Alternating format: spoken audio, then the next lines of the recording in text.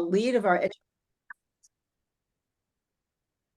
Allison Limoges, who's the lead of our education efforts, and Liz Warmersdam, who's one of our wonderful board members. So take it away, Allison. Thank you, Linda.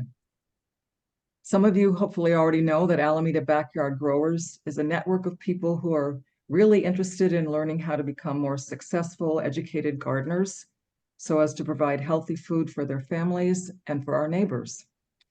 One of our main programs is Project Pick. You may be familiar with it. We send trained volunteers to pick fruit, unwanted fruit, excess fruit from people's fruit trees in Alameda, people who've said they would like help with their trees.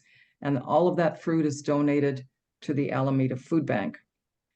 Since 2011, when this organization was informally formed, ABG has donated more than 62,000 pounds of fresh fruit to the Alameda Food Bank. We're very proud of that. We continue with those efforts year-round.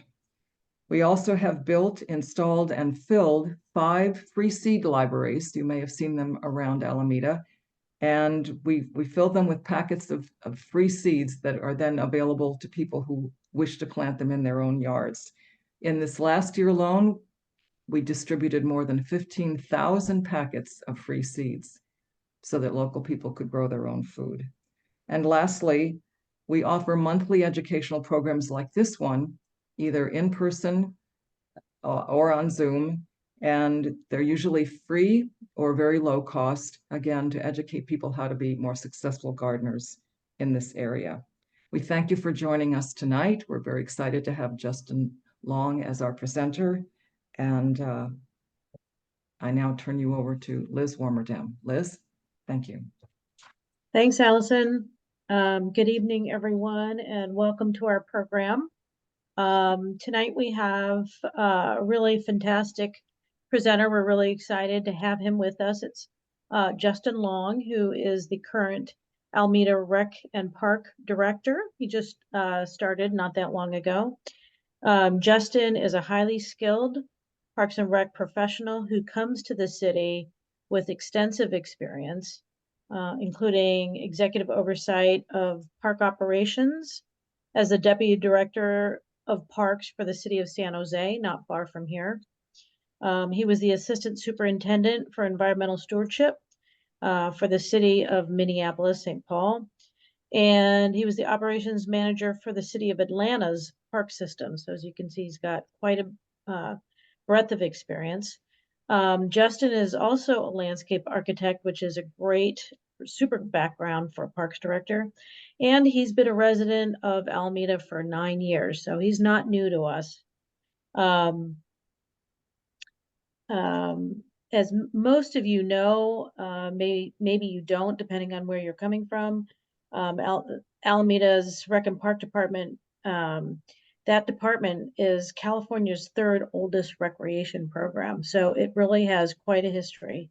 And it includes 26 parks covering 200 acres, 17 facilities, and a 45-hole golf course. So even though we're small, we're mighty. And Alameda also has an excellent reputation for its parks, just the breadth of its parks, but also its management of its parks.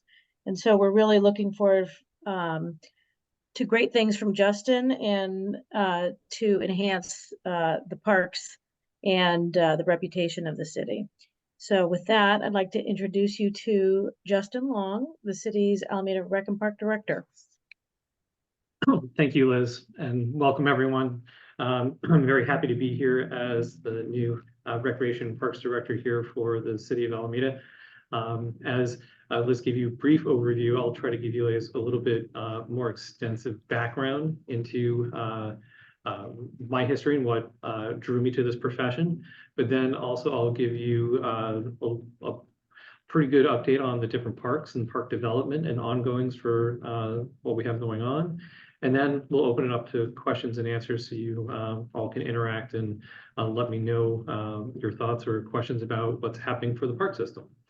So with that, I'll talk to you a little bit about my background. So I went to college in Syracuse at the College of Environmental Science and Forestry, which has one of the more extensive shade tree programs there, but also as one of the oldest landscape architecture programs in the United States. There I studied urban design, kind of a little bit of a twist, being a little country bumpkin from upstate New York, but really got into the value of public space and my education and what it meant in urban areas, and really the quality of life improvements that parks and recreation actually have on our lives.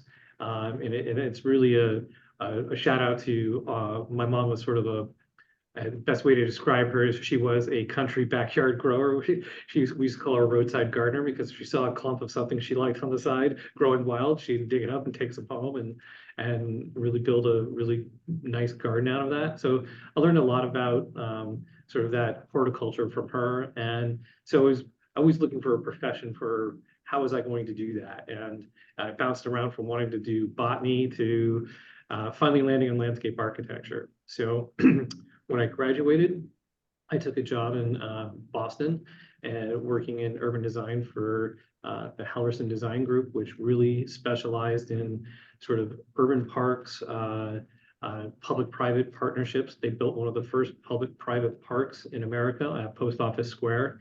And in the mid-90s, you know, spending $100 million on a park that was less than 2 acres was a pretty intense deal for that organization.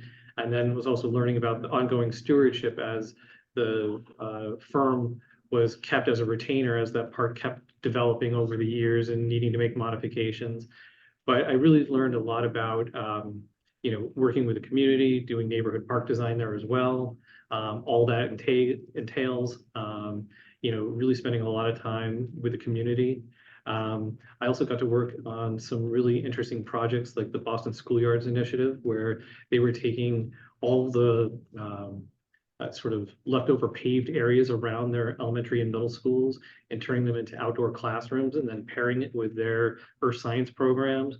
And so it was real interest work with trying to connect kids in heavily urbanized areas to different aspects of nature that they would never have had contact with living in apartments and in highly dense areas.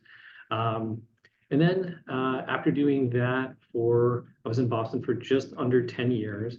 My partner and I, we relocated to Atlanta. And that was really my entry foray into working with public parks. I had done work as a designer and as a client for park systems, but now I had taken a position as a park operations manager for 25% of the city.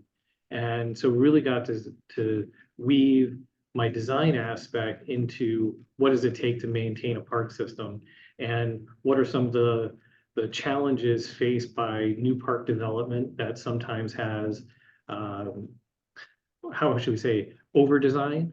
And then you have a park maintenance staff that really don't have the skill set for really doing heavy maintenance work or detailed work, because it really wasn't in their training or their background. So I spent a lot of my time sort of balancing operational demand, but also looking at how can we make, as parks were coming online, because I'm not sure if anyone knows a little too much about Atlanta. At the time, they were building out their entire Beltline, which is a set of parks that rings the entire city that used to be train lines. And so as those were getting developed, those new parks were coming mainly in my district. But then as my experience grew there and everyone sort of got to know my background a little bit, all of the Beltline parks and their ongoing maintenance were given to me. And so as those parks were getting developed, I was taking a lot of effort marrying ongoing operations and maintenance with the designs during the design, so that we could actually blend a system that would be sustainable for regular maintenance staff, and also knowing where we had to partner with other organizations in order to help with that education and even volunteers. So when I was in Atlanta, I was there for just over 3 years. And by the end of the second year, because of that skill set, they had made me the operations manager for 75% of the city. And really taking the effort to build skills with staff. That was one of my key initiatives there. There had been very little investment in training and sort of building up the morale of the workforce. So I spent a lot of time doing that. And the outcome really, we partnered a lot with some of our nonprofits and really were able to make a big influence to how they viewed their role in the park system and tried to make an effort to reconnect them to the community instead of just viewing their job as like, we're just here to take care of this and other people to enjoy it, and to really, build up that value set and really understanding their role and what it meant for starting to build out a quality park system. The gentleman who hired me there, Nick Williams, who many may know was relatively recently was the Recreation and Parks Director for the City of Oakland. He had taken a position at the Minneapolis Park and Recreation Board. And after about 6 months, they called me and asked me if I would be interested in potentially looking at the Minneapolis park system as becoming the Assistant Superintendent for Environmental Stewardship. And at the time, I kind of chuckled because the job description was about 10 pages long. I thought nobody could do it. And so part of my role in getting to know that was understanding that I was going to be now responsible for the entire urban forest for the city of Minneapolis, not to mention just the park system, but also the operations, the environmental education department. I was responsible for all the water quality for the chain of lakes and the rivers and the city stormwater system that flew into those rivers and lakes. Heavy and aquatics program. We had a very large neighborhood naturals program to bring education out to the youth in the different neighborhoods. We had 78 different neighborhood recreation centers that all had good programs for connecting kids to nature. One of the signature pieces up there was the Eloise Wildflower Garden, which was a garden that was based on sort of natives in Minneapolis and different native environments. And it was a really big curated collection of very specific native species, which required a full dedicated staff. There was a rose garden there that the actual rose garden of the White House was based on the one that was in the Minneapolis Park and Recreation system. So again, there was a lot of historic elements there, but also looking at how do we naturalize and control invasive species. They had huge issues with buckthorn, and we worked with a lot of nonprofits to help go in and remove this and to work with that. And I was also there at a very interesting time. The city had made the park system had made a distinctive decision around forest management. They have the largest free continuing stand of citywide elm trees. They had a very proactive forestry department that developed a system of being able to go and inspect every single tree every year, evaluate it, determine whether it needed to be removed, both public or private, in order to slow the spread of Dutch elm disease, which has led to the very successful program there where they've been able to continue having a very large street tree population as well. But also they were facing the incoming emerald ash borer. And this was an incredible impact to the city, as they had over 40,000 street trees that were all ash and were getting toward their adult life cycle where they were incredibly vulnerable. And if many of you don't know, ash trees are incredibly brittle when they die and cause a tremendous amount of damage. And so the city and the park system made the decision to remove all 40,000 trees and replant in a course of 8 years. Now, there were whole neighborhoods, the way urban forestry used to be done, that would have to have all their trees removed. These are all historic, many were 50, 60 years old. And so I had the pleasure of going around and introducing our removal plan, which we did in coordination with the community because they did not want to treat the trees, because injecting them with neonicotinoids were really going to be really bad for the pollinators, and the community really didn't want that. So we developed a plan to remove all 40,000 trees over the course of 8 years, taking no more than 20% of the trees each year, and then replanting. And the replanting happened at a rate that was greater than the removal. So we were planting 10,000 trees a year, each year for the course of that program. And we were planting up to 16 different species on your street, including fruit trees, smaller trees, large shade trees. And so we were really balancing out the the plan for doing this.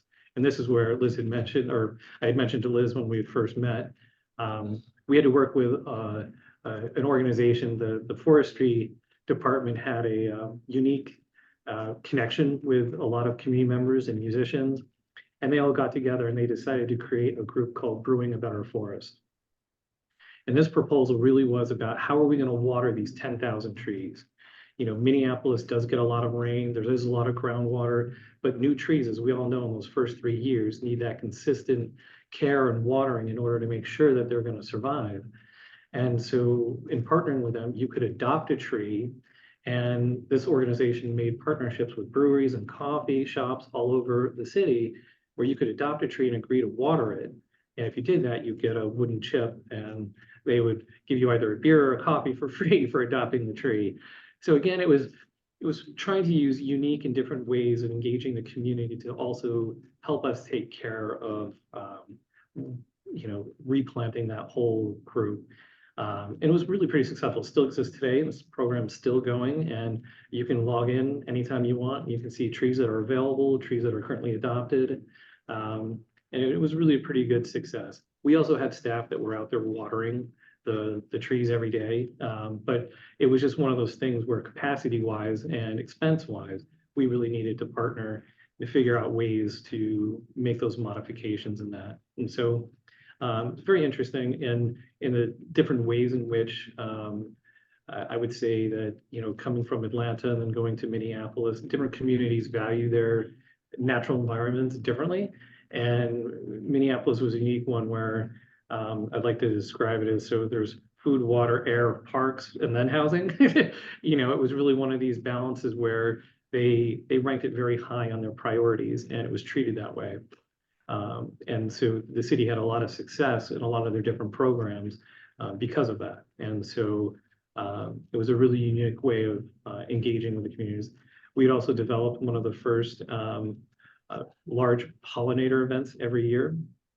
And so, you know, they did it during the migratory season as well as in the fall, and really was a huge success in the community and getting everyone involved, getting kids involved, and really, you know, communicating, you know, the importance of what pollinators do for us and how we can protect them. We created a program in the spring where, as many people know, if you live in the East Coast, the grass starts in the spring very quickly. Things are pretty brown, even in the Midwest, until late. And some of the only food that's available for pollinators are dandelion. And so there was a huge battle between many in the community who wanted us to treat them and get rid of them and were upset with us.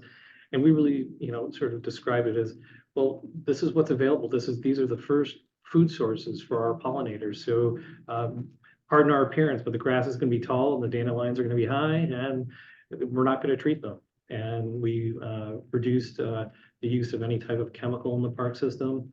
Before I left, we had gone down the road of figuring out how to remove Roundup from our system and working with our partners in redevelopment and around shoreline restoration, what methods could we use and what the impacts would be, you know, long-term for restoration work. And so we worked really hard to do that. And then when I went to San Jose, you know, again, different environment, very large park system. You know, they had over 256 different parks. I had everything from the operations of Happy Hollow Park and Zoo, Emma Prush Farm Park. There was daycare programs run. There were after-school programs run. Had Happy Hollow Park and Zoo, as well as family camp at Yosemite. And the park ranger program. So I was also responsible for all sort of the care for along Coyote Creek and sort of programs that we could use to try to restore different portions of that. You know, again, with the challenges that we face with, you know, homelessness, and sometimes in that corridor was very difficult, and in order to try to protect those spaces. But really spent a lot of effort that Emma Prush Farm Park really was a kind of a little gem there in the city of San Jose. And many people don't know about it, but it was an urban farm that was donated and operated by the park system. They had an operating orchard, some community garden plots, and really worked with a couple of community organizations around growing produce and having education weekend programs, job training. They bought several food carts that people could operate using some of the food that was grown there. So it was very interesting in that sense of how we could, use public space in order to generate food, but also teach people about it and sort of teach people where their food comes from, the importance of that. And so it was a really positive experience, and just sort of seeing how much impact you really could have in not that much land. And so that was a very fun program. But we also managed the community garden program there. We had 16 different community gardens that ranged in a variety of size. Some of them had upwards of 140 plots, and sort of managing and navigating some of the pitfalls with those. Everything from sort of the historical privatization. We even had several members of the community try to will their community garden plot to their relatives.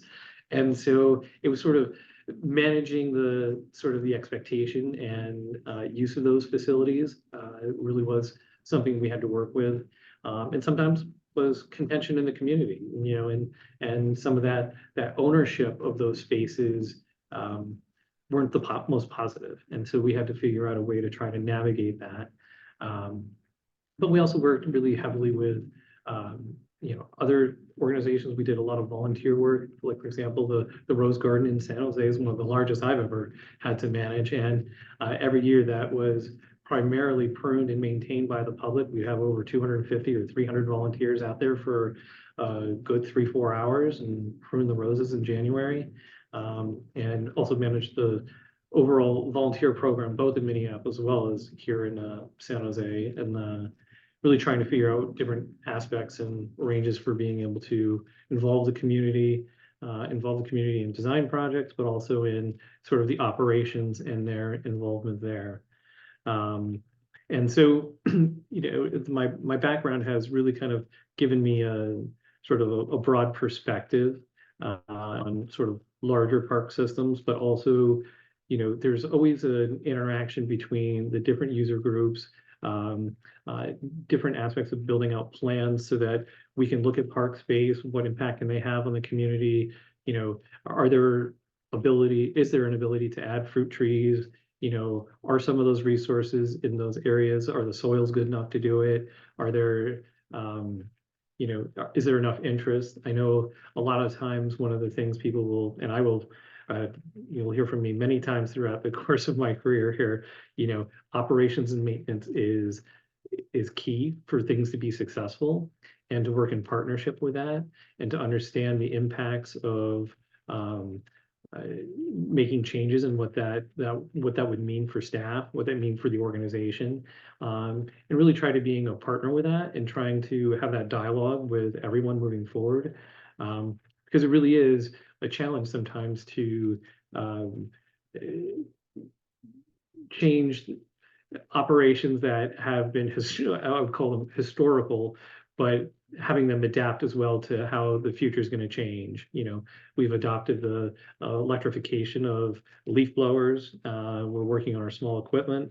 And so as that all changes, everything changes as well. It's not just those little things, but that operation will continue to incorporate that as we develop the parks. And so the other thing is, so since being in Alameda, I think we're now up to almost 32 parks, with the addition of Whale Park and Seaplane Lagoon and Boho Circle. And so there's been quite a few that are have been recently added, but then there's also we have many parks that are coming. So I'll give you guys kind of a little bit of a big project overview, if you guys think that's a good time to do that now, and I'll start off with some of the big ones that we have ongoing. And I know the one everyone wants to hear about is the one happening at Gene Sweeney. So first we have De-Pave Park, which is out on the military base. It is on the western side of Seaplane Lagoon, and it is a project that is designed as an ecological park to adapt to sea level rise by converting that entire length of paving that exists right there next to Building 25 as it goes out to the jetty to an operating wetland. So as sea level rise comes, the fee will be able to increase and to adapt as the water comes up. And then in the first few years, it'll be able to go back to dry as the tide goes out. But as we all know, with sea level rise in around 2050, it'll at king tide be pretty inundated with water. And then the wetlands that exist on the VA property adjacent to it, just to the west, are being expanded by the VA. And eventually the two wetlands will merge as sea level comes up.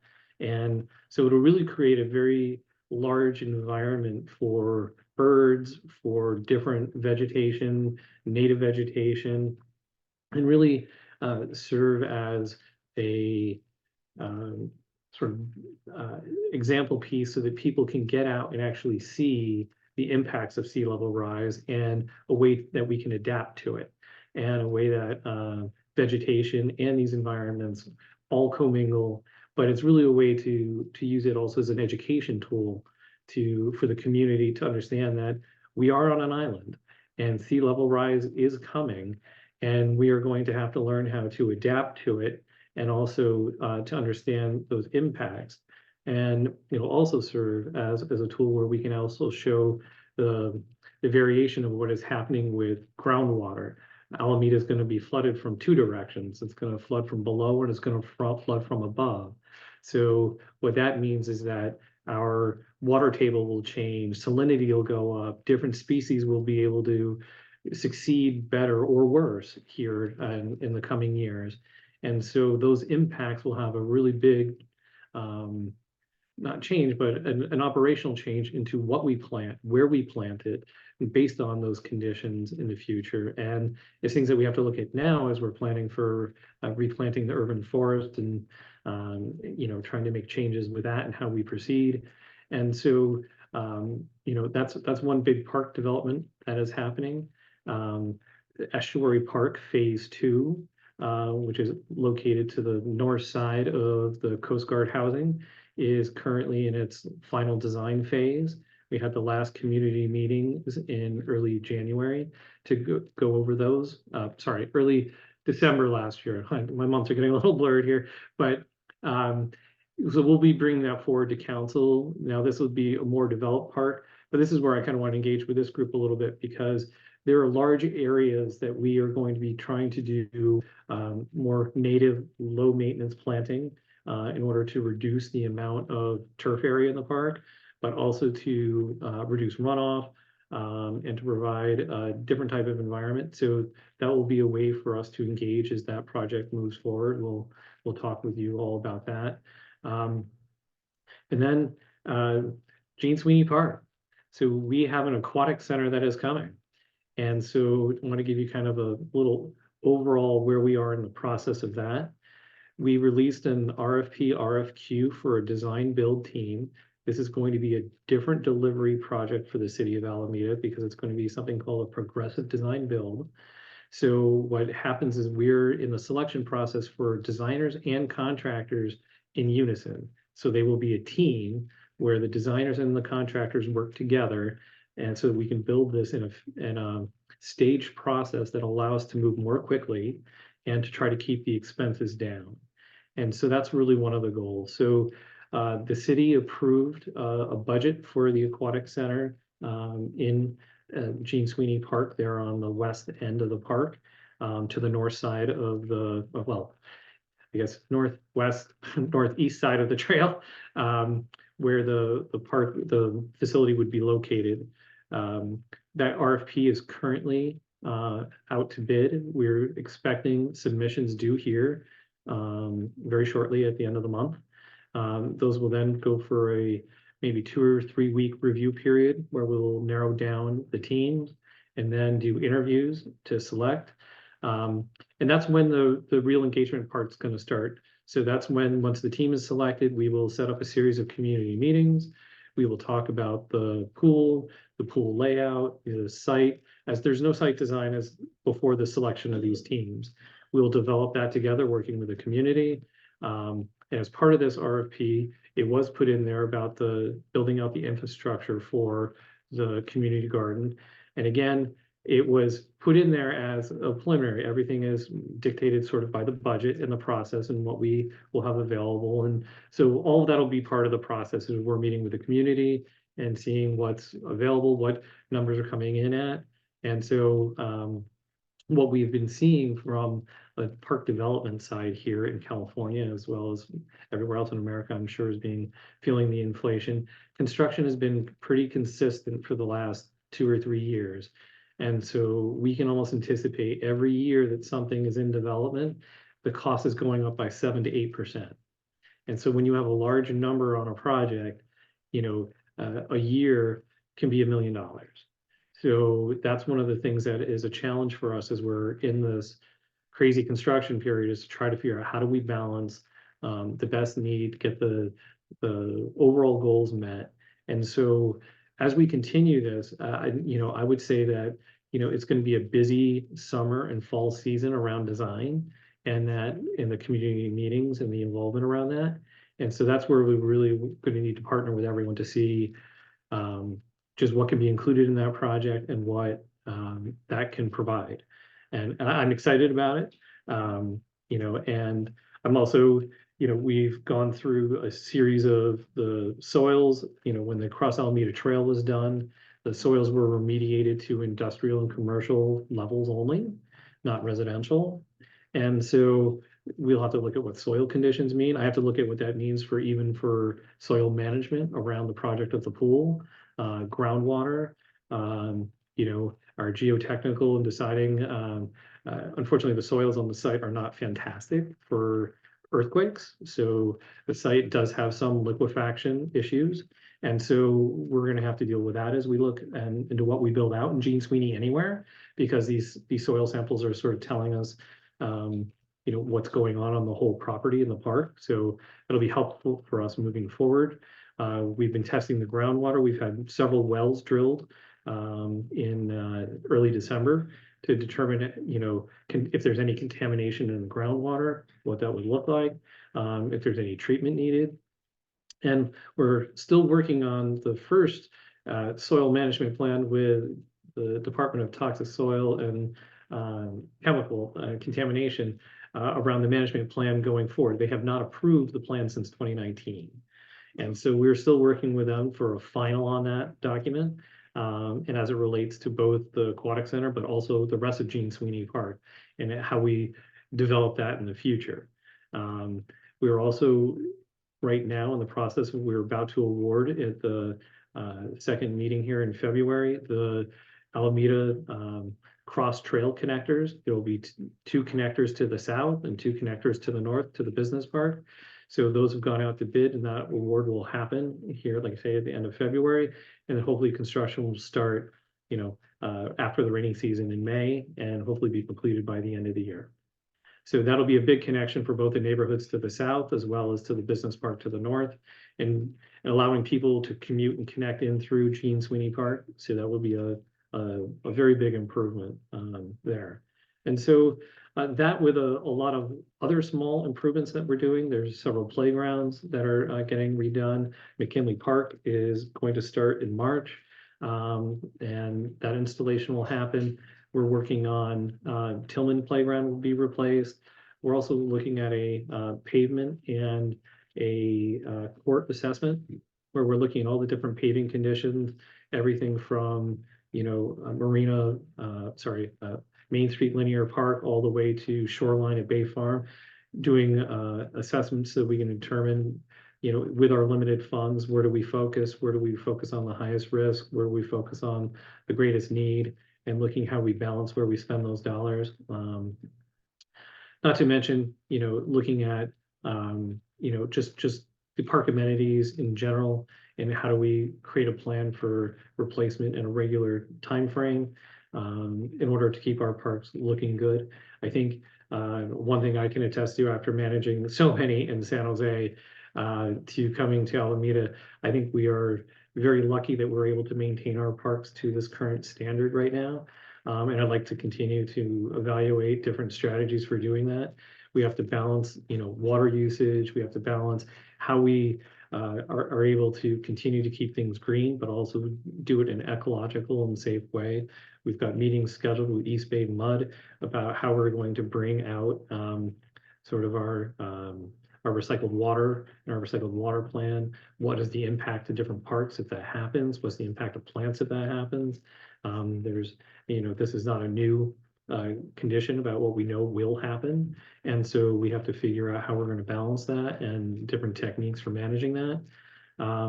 But again, I think there's a lot of positive, I think there's a lot of exciting things happening here in Alameda.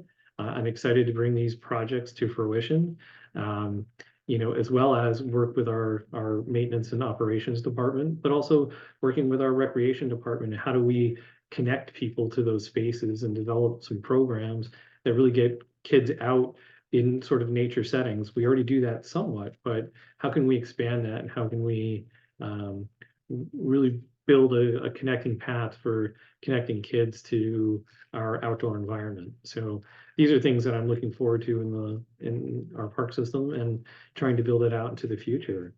And so, kind of with that, I'll kind of open it up to some questions here if people have it, and we can go into any detail around any of those things that I've brought up. Awesome. Thank you, Justin. That was great. Could you start with reminding us about the general timeline of the development of De-Pave Park? Sure. So right now, we've got a preliminary timeline of getting our design development done here by late spring. So by the end of March, we should have an approved concept, which then our landscape architects will bring to a 30% design, upon which we can use that product to then go after grants and permitting in order to get that done. Now, I want to be pretty clear here that this is going to be a pretty expensive project. We're anticipating it's going to cost somewhere in the neighborhood of $20 to $25 million. And the city is looking to do this all through grant money. So this is not coming out of the general fund. This is not coming from property taxes. We're looking at really going after grants to do this. So considering that amount of money, we're not anticipating a shovel can go into the ground for at least 5 years, just because the amount of grants that we're going to have to piece together in order to get that project underway. So the timeline on that is, probably about 7 years before it could even open. So we anticipated probably about a 2-year construction window. And then,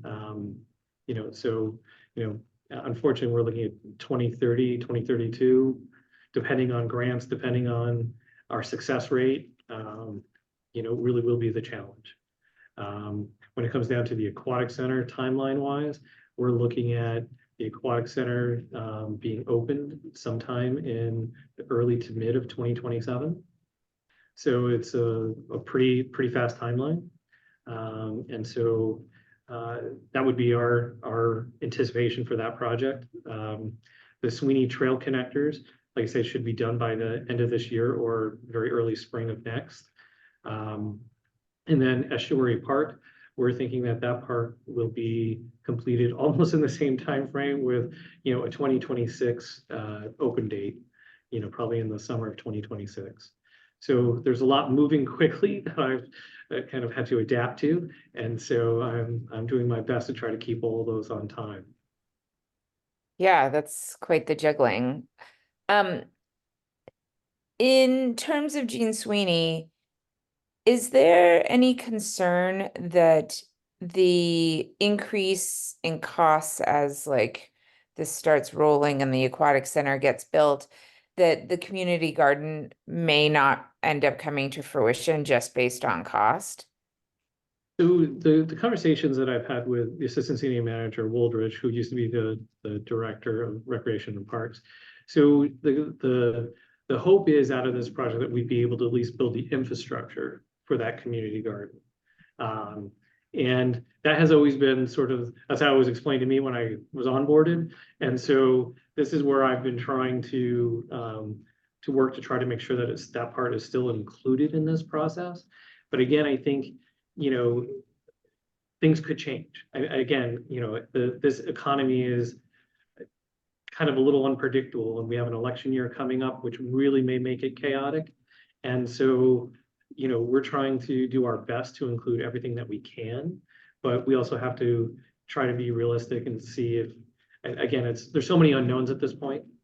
I can't say that it will be, and I can't say that it won't be right now. So, you know, I'm hoping that we can build out as much as we can. That would be my ultimate goal, and I think I would work to try to get that done as much as we can. This is Janet Beatty, and I'd like to ask you a question about that. Can you hear me okay? I can. Okay, I'm about a 20-year participant in Bay Eagle Community Garden. And I also sat on the advisory committee to develop the community garden in the Gene Sweeney that is now being apparently taken over by an aquatic land or an aquatic program.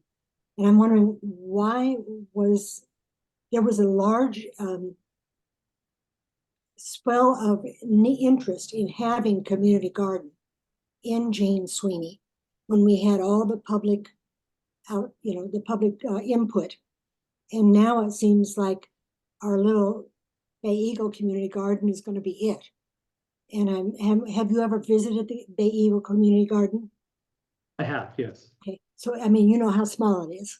Mm-hmm.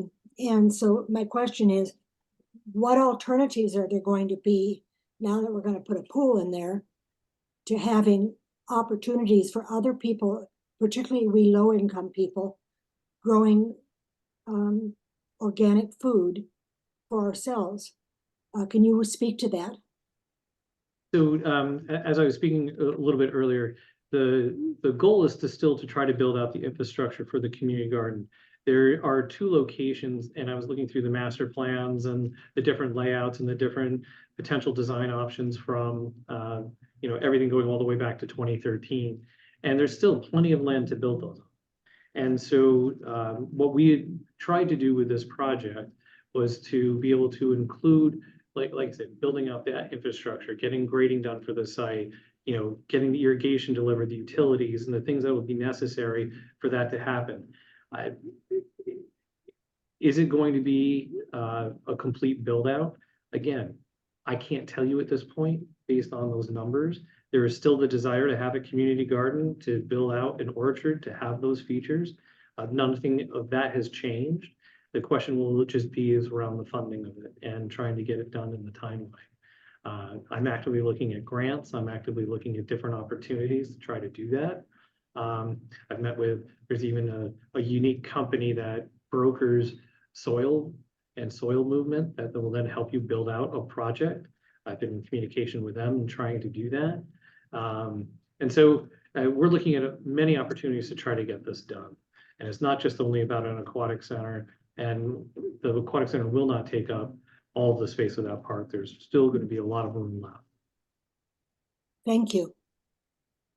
One more question about the aquatic center, actually. Can you identify when the next time you will be updating the city council about the aquatic center? Do you guys have a anticipated date for that? So right now, in order to select the design team will sort of award of contract will be coming in front of council either the first or second meeting in April. It's probably going to be the second meeting. And again, this is just to select the design team. There will be no designs presented at that time, as none have been done. This is not a design competition, so it's not pitting one group against the other. It's really finding the best qualification of the designers and the contractor at the same time, sort of based on their relationship, so that we can get the best product for the lowest dollar. It would create the most good. And that's really is the goal of the way we're doing this project. Like I had mentioned, it's a progressive design build, so it doesn't follow our normal having to have the whole entire project designed, then bid, and then built. So you can be working on portions of it all at the same time.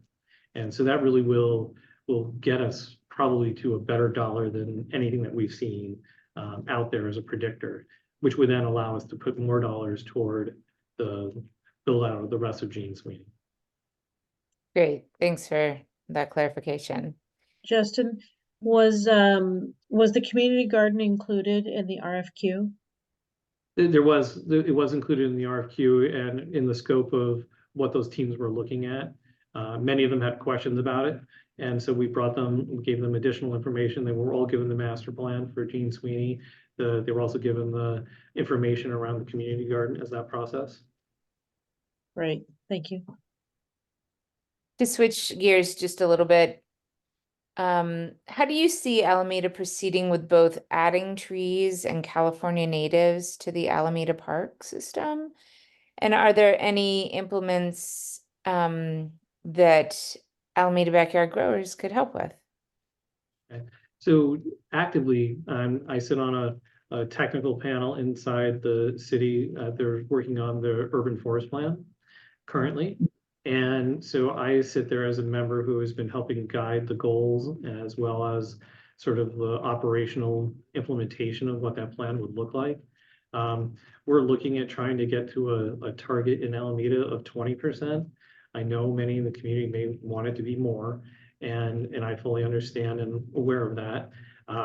What we're looking at is trying to figure out ways in which, for example, when we do new park development, or if we're looking at adding trees to parks, is how can we do it in a way that we can try to increase the canopy and the diversity of those trees, you know, using native species, but as well as not just focusing on large shade trees, but also on sort of variety of trees that can provide, you know, different types of habitats for birds, but also different fruit trees and different components like that into the park system.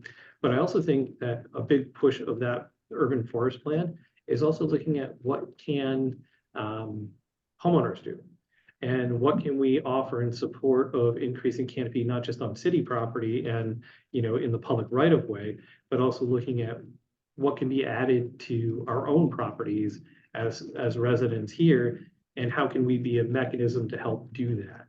And I think that's a good avenue, is where the Alameda Backyard Growers might be able to come in helpful, or to be a partner with us, is to looking at is how do we distribute and how do we educate people who, you know, you may just take a tree, but do you know how to care for that tree? And do you know what that tree needs? And maybe helping to provide some of those educational programs and to homeowners as well, if we're doing just tree distribution, and what would that look like? And, you know, that might be a really good role in, as a partner in trying to figure out how do we do that.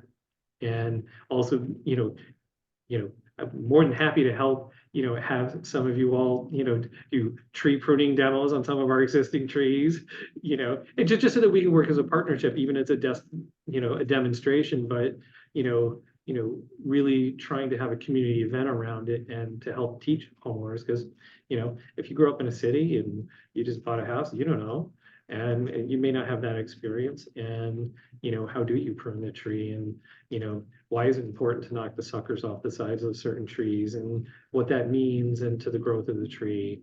And, you know, if you want to plant an avocado tree in your backyard, what does that look like? What does that mean for you in the future? It just, just sort of that partnership, I think, would be a really positive one. Yeah, great, thanks. I know you've mentioned native trees multiple times in this discussion, but is there intent for ARPD to be adding native trees, native shrubs, and flowers to the parks, especially as these new parks are being kind of either revamped or built for the first time? And that's what we're primarily looking to start at, is to focus on natives first. And again, many folks have helped to try to look at the tree list, look at the native species, look at where we can expand that list as much as we can. I think one of the unique challenges with Alameda is the vegetation growth in different areas of the city is very different.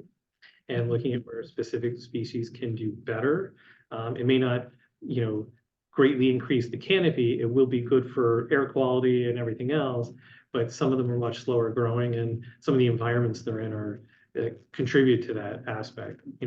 We've been doing a pretty decent job monitoring the growth, like for example, for trees on Bay Farm, given that the salinity in the soils and the groundwater are rising, and trying to figure out in working with different how to describe it, like the our vendor who's working with us on our urban forestry plan has connected us with different specialists looking at different reports about what species are doing better in that type of soil. And I think that's one of the things we have to characterize more as we look at Alameda. You know, some people would think that the soil would be relatively consistent, but it's not.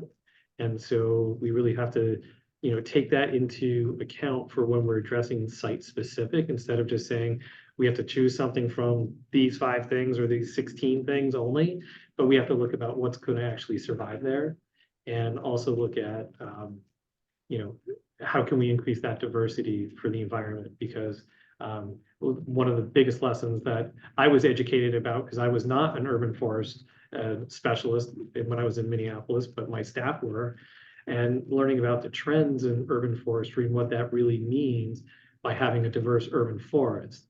I mean, if you go down Central Ave, you see London Plain, when, you know, and everyone historically likes that, but we're going to have to learn how to change in order, because we are going to be susceptible to a disease, we'll be susceptible to some type of activity that will impact specific species, and we don't just want to have all of those, because it's not going to be successful for a long-term maintainable forest. That's right. On the topic of vendors and what the city is bringing in, is there a way to start utilizing vendors that when we buy in plants, they're free of neonicotinoids? My understanding from this question is that there is a nursery in the North Bay that sells neonic-free plants. And this question is asking what the likelihood is of heading in that direction as we start implementing new plantings in parks. Well, I think, you know, it'll depend on what's available. I think it'll depend on capacity. I think we can look at that. I think we're gonna have to try to balance it out with the expense of it. Again, not everything is down to the dollar, it's down doing to the right thing, but it also comes down to, you know, as long as we can find a supplier that can deliver something large enough, you know, depending on what we're buying, you know, I think we're open to that. I don't think we're having any opposition to that whatsoever. It's just more of what we can find, and if we can find it on the capacity that we need, I think we can incorporate some of those things into our and requirements from our bidders. So I think, you know, as we do that, I think many of you may know that we don't do a lot of large scale plantings here. We do a lot of smaller plantings that happen sort of at the park maintenance level. And so we have a lot more flexibility in that, because we're not doing large contracts, we're doing much smaller ones.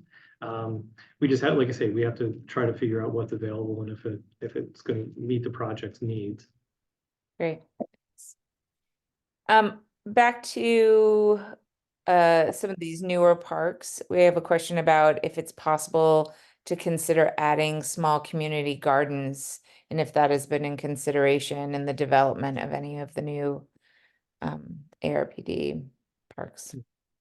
So I think as we do a lot of you know, park design and park development, you know, we try to engage with the community as much as we can and ask what they're looking for and what they would like to see in them, and try to do our best to try to meet the overall needs of what we hear. I think there's challenges with managing, at least from an operating perspective, of small community gardens and small community garden plots. And again, I'm not sure how much experience everyone has with community gardens. They have the ability to be really successful, or they have the ability to be a real draw on some resources and management and time.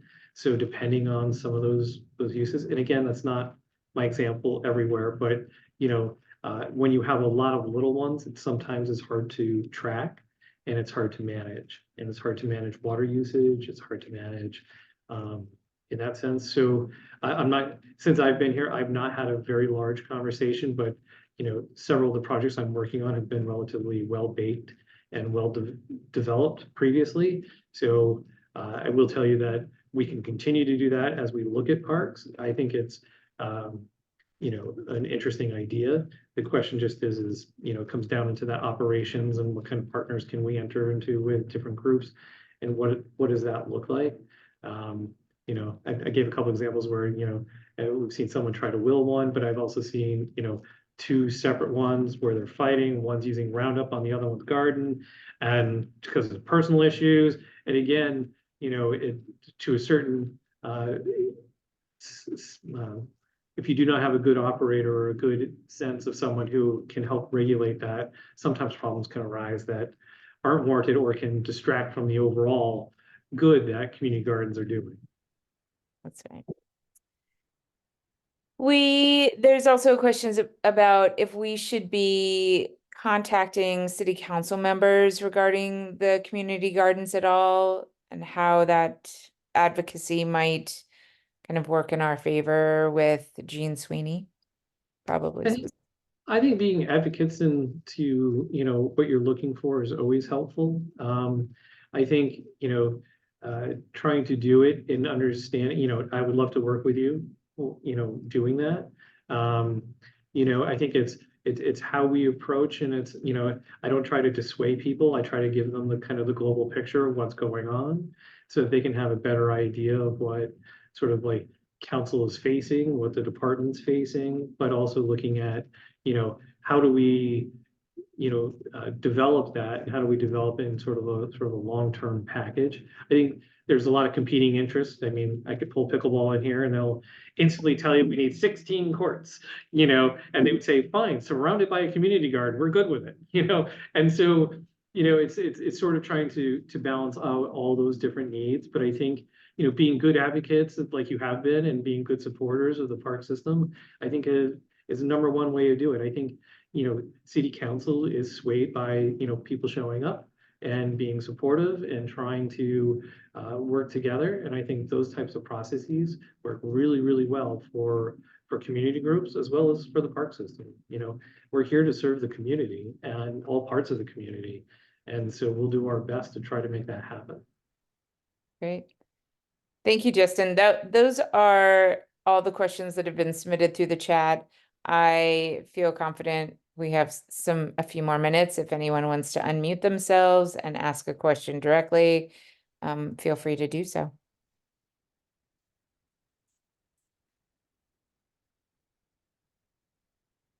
All right.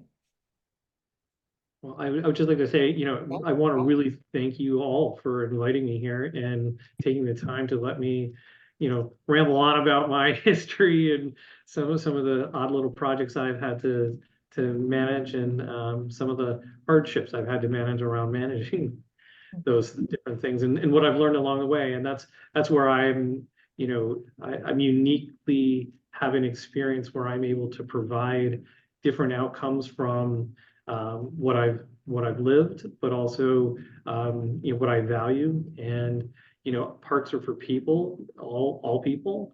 I think the environment is here for a reason, for us all to live and learn and have clean air and water.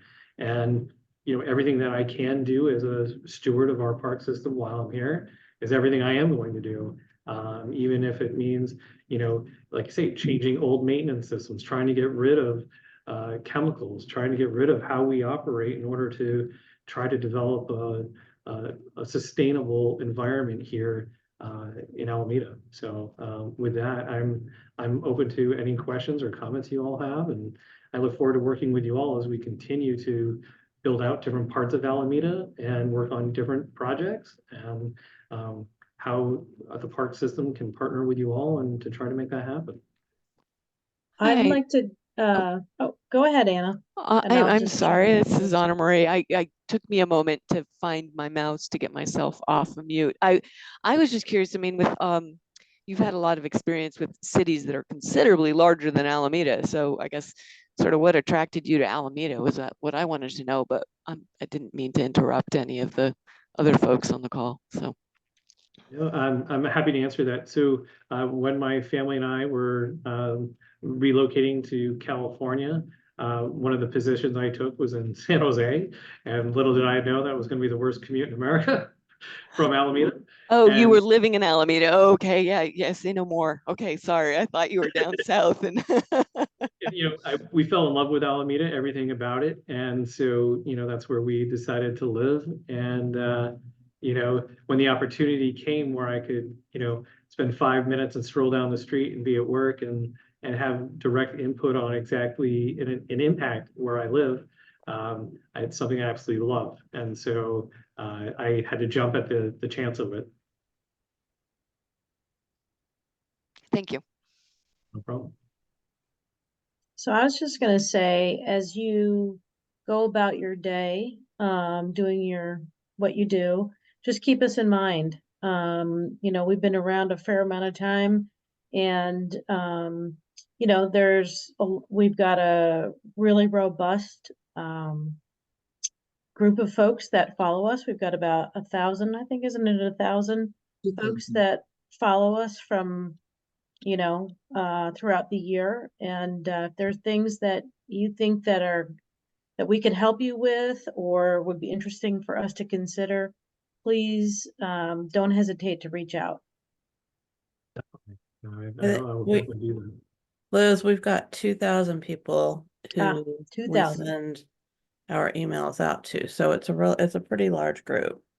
So we Great. can mobilize, and also in response to what you said about the tree giveaway, that I think that would be awesome to actually have a sponsored tree giveaway with a number of varieties. And I think I'm going to speak for Marla here.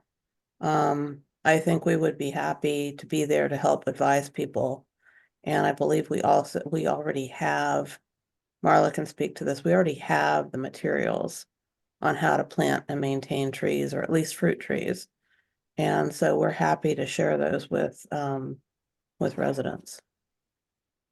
Yes, we've given tree care workshops when we did Project Tree in partnership with the Alameda Sun newspaper from 2016 to 2019.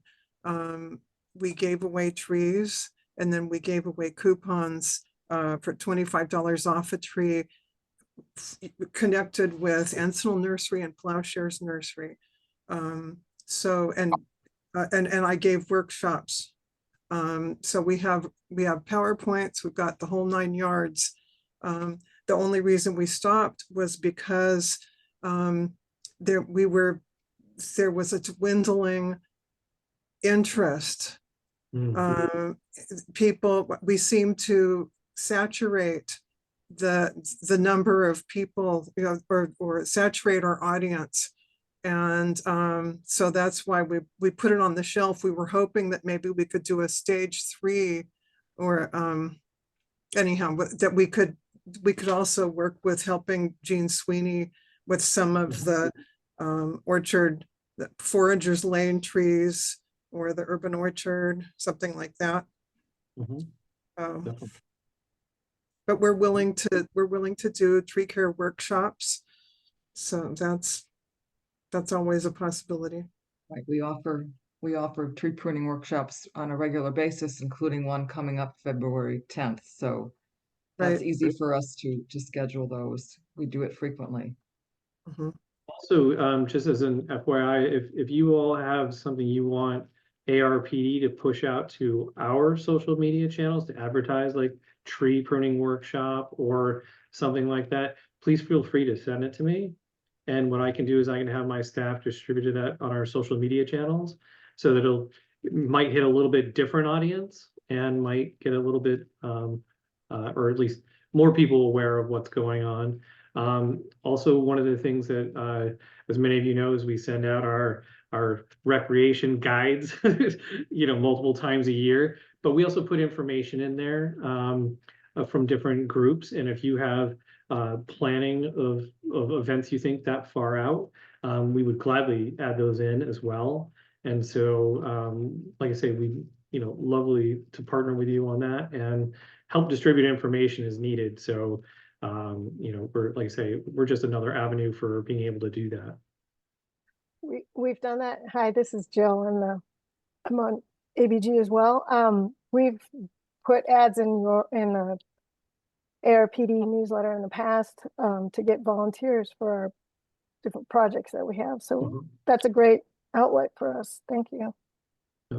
Also, I want to remind everyone the Spring Shindig, which is sort of the Earth Day event that's sort of evolved in the city. Yeah, Will be taking place here in April at the O Club. So again, I can send you guys all out the date. I'll make sure Liz gets it, and so you guys can distribute that. I had a long conversation with staff about sort of like Earth Day and Earth Day events and sort of how we've kind of evolved to where we are. And I've been working with Pat Rusi to try to figure out, not for this year, just because we're where we're at, but for next year, is how can we sort of adapt that event to be, you know, more earth focused, and trying to figure out how can we connect, you know, the different community organizations to the different sort of activities that are going on, and what we can do, you know, from organizations perspective. There's lots of them here in Alameda. A lot of people care, and I think we can really capitalize on that. great idea. Are there any more questions from the audience? Or anything you would want to tell Justin about an organization that you are connected with? This would be a good time to do it. Otherwise, I'm going to wrap it up with a few announcements, and then we'll bring this to a close. Any other comments from anybody else or questions? Justin, that's been great. Extremely helpful information. Wonderful for us to all have a chance to meet you. I want to just take a moment to tell you about some of the upcoming programs that we have coming up. Saturday, February 10th from 10 a.m. to 12 noon, we'll be holding a dormant apple tree pruning workshop in Alameda. The very next day, Sunday, February 11th, we'll have a seed packing event from 1 to 3. We're looking for people to help us pack more of our seed packets. Saturday, March 9th at 2 p.m. we'll hold a seed starting workshop at the main Alameda Library. That's a new collaboration we're going to have with the library. And on Sunday, March 24th, we'll host a presentation on seasonal medicinal herbs from 10 till 12 noon at the Giltract Farm in Albany. And in April, we plan to be at the Spring Shindig with our annual plant sale, and that's April 20th. I don't expect you to memorize all this. If you're interested in learning more about it, please go to our website, alamedabackyardgrowers.org. You can learn about those events. You can also sign up to receive our newsletter, and then you'll really learn about those events, because we give you great detail and ways to register in advance for those and so forth. So that's the key thing, is to join our email list, and you'll get that information in a timely manner. We're delighted you were all here this evening. Thank you for joining us. We look forward to having you participate in and attend our future educational programs. Good evening, everyone. Thanks again. Thank you. Thank you. Thank you all. Thanks all, everyone, for your help too. Good night, everyone. Thank Right. you. Thanks, Justin. Appreciate it.